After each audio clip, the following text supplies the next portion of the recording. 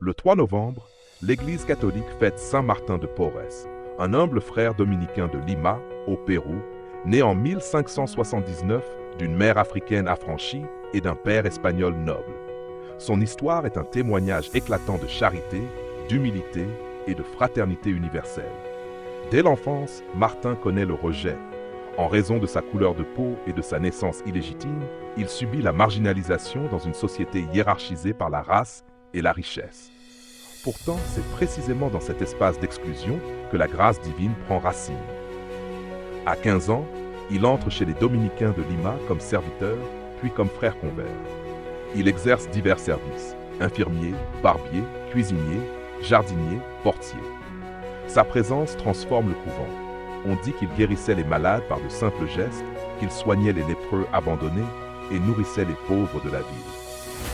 Son secret? Une vie de prière constante et une humilité absolue. Martin refusait les honneurs.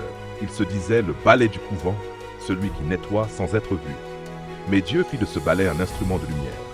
Les chroniques rapportent qu'il possédait des dons mystiques: bilocation, lévitation, connaissance des cœurs.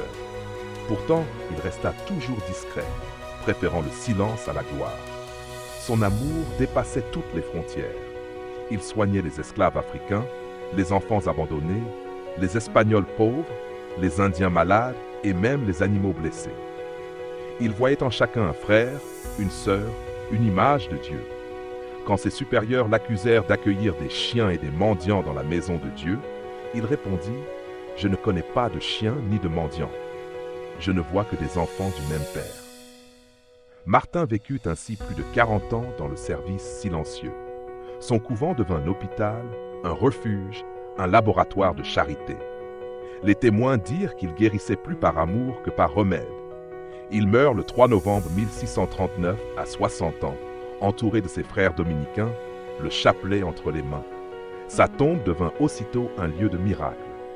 En 1962, le pape Jean XXIII le canonise, faisant de lui le premier saint noir des Amériques.